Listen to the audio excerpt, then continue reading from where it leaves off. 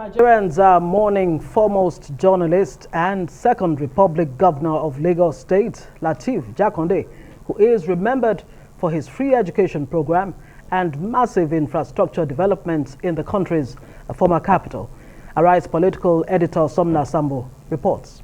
Lateef Jakande's death on Thursday at the age of 91 has seen many Lagos residents, top politicians and other Nigerians, including President Muhammadu Buhari, pen down some emotional tributes to honor the late politician, who was also a notable journalist, publisher and a voice for the oppressed.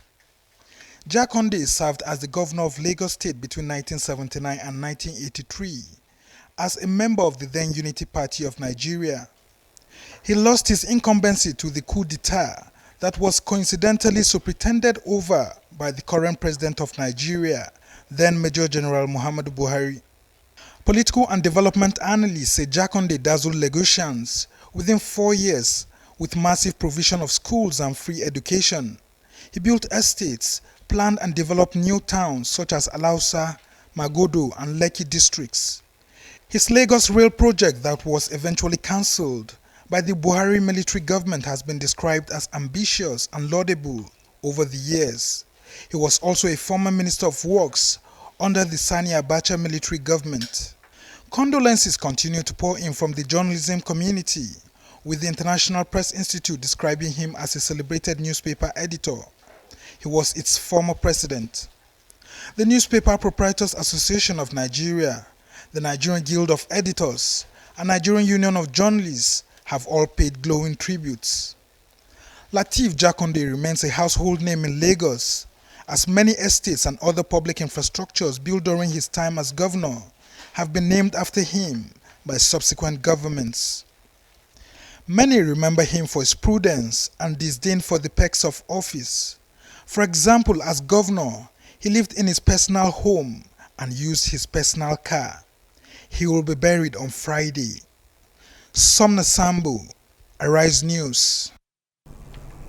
Well, we're joined now by SEYI Jakande, the son of the late Lateef Jakande. Thank you so much, SEYI, for joining us tonight, and of course accept our sympathies. We really are pained that such a great colossus, we have lost such a great man. Tell us very quickly, who was he as a father?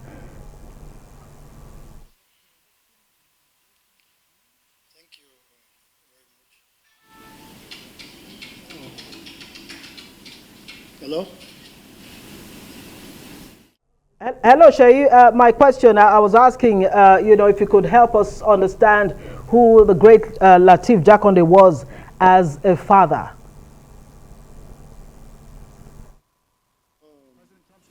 Just like you said,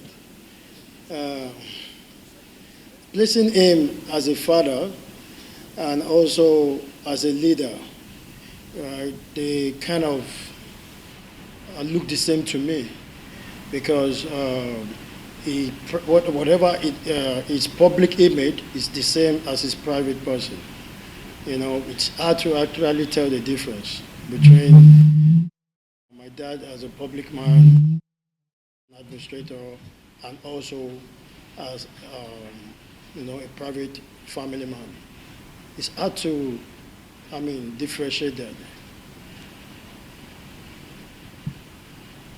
One of the things that stand out for a lot of Nigerians is the fact that the man, your dad, who's gone now to rest, he is being seen as a very honest man, to the point where he was never seen to have owned loads of properties all around the country.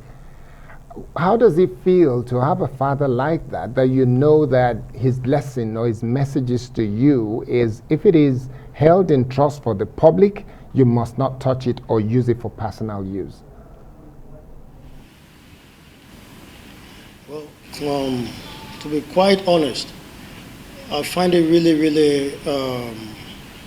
it's actually a very difficult task, especially now in the kind of the political arena, and I'm sure even in the past. I find it quite, so it's really I mean, it's something I'm really, really very proud of, and something that we're working towards to step into. You know, he's somebody of extreme high integrity. Being prudent is, it comes from his being a content person. Before he became the governor of Lagos State in 1979, he already has his house built at where we are at the moment. And stepping into the office afterwards in 1979, he lived here. He used his personal car, which he bought before he got into governance. So he served for 4 years from his house with his personal car. And I think in 1980, by that time where he has partially completed the free public primary school. Myself and my siblings were in private school ab initio as before his administration.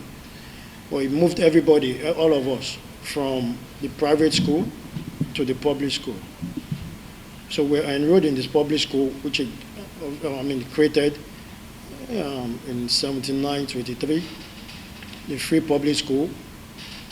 And one other significant thing to measure his means of modesty and honesty is when he was the Minister for Works Housing under General Abacha. In his zeal, trying to build low-cost housing across the country then, he was trying to build about 121,000 housing units. He created the Banana Island. And the purpose of creating Banana Island is for him in order to achieve the low-cost housing project. But unfortunately, the Banana Island was created, but it didn't complete its term of office during the administration of General Abacha. But it didn't create the Banana Island for any personal need or for any personal achievement, because it does not even own a plot or a piece of land in Banana Island. To learn that the purpose for which he actually built Banana Island is the exact opposite now. Would you say he had any regrets? I mean, because he died at a time when Nigeria is going through security challenges and all of that. Were you able to get a peep into his thoughts about the state of Nigeria at this time?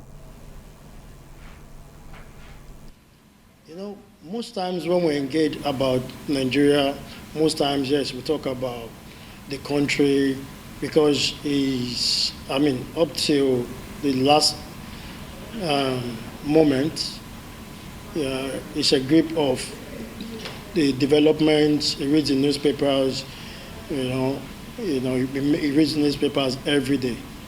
So most times, you find it very hard, very difficult to believe where we are, right? It doesn't add up for him, because he feels that so much can be done.